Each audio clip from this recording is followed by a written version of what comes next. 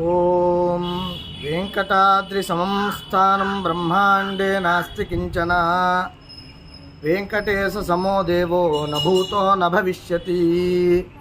అందరికీ నమస్కారం. నా పేరు చెరుకుపల్లి గణేష్ శర్మ, హైందవ సైన్యం కోనసీమ జిల్లా అధ్యక్షుడిని.